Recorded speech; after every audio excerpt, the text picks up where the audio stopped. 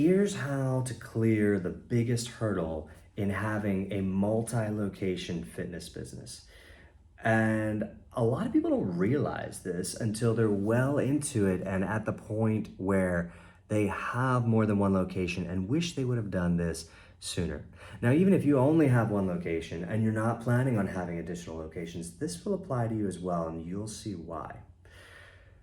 The biggest hurdle is in going from 2 locations to 3 locations. But if this lesson were learned in the first location, everything along the way would have been so much easier.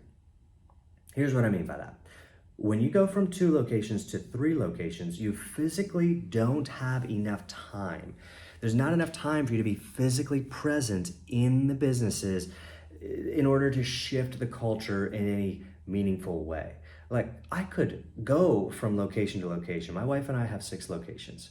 And our 6 studios, if I tried to go from studio to studio to studio, it wouldn't work. I have to develop the systems and the individuals to lead those facilities. Otherwise, my time would get totally diluted in traveling from one location to the next, even though they're all pretty close to each other. Now, the big hurdle, the big challenge kicks in right as you switch to 3 locations. And here's what happens. In 2 locations, an owner can hustle enough to be able to keep both locations running. They can split their time between the 2, and their presence in the facility will make up for a lack of excellent, simple, sustainable systems.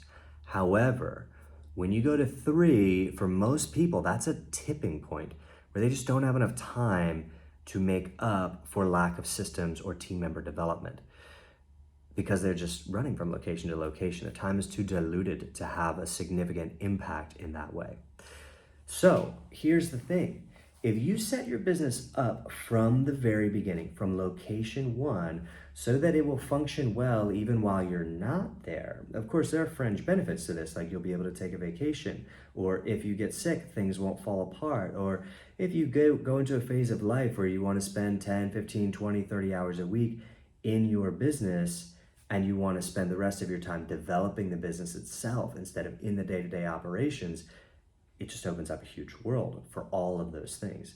And so I would encourage you in your first location to set it up in a way where you're able to take vacations, where you're able to break away for 2, 3, maybe even 4 weeks at a time, and the facility continues to grow without you there. So you have to have an excellent vendor for generating leads, or you have to have a team member who knows how to do it. And it makes sense to do that in-house. If you have like somewhere between 5 and 10 locations, it starts to make sense to have a full-time in-house expert marketer. But before that, your best bet is to outsource it. Secondly, your follow-up systems have to be excellent and they can't involve you.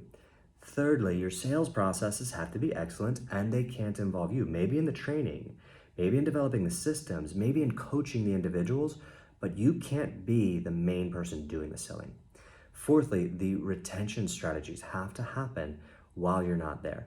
And I built a training on the 4-segment sales system, which I will link to this video right here so that you can watch the system that I use, that I've developed over the last close to 20 years in the fitness industry and that we use in our fitness studios right now. So go ahead and check out that training if you're interested in learning more about how you can set yourself up for success in being able to take a break from your business and in being able to own multiple locations without totally losing your mind in the hurdle of going from 2 locations to 3 locations. I'll see you there.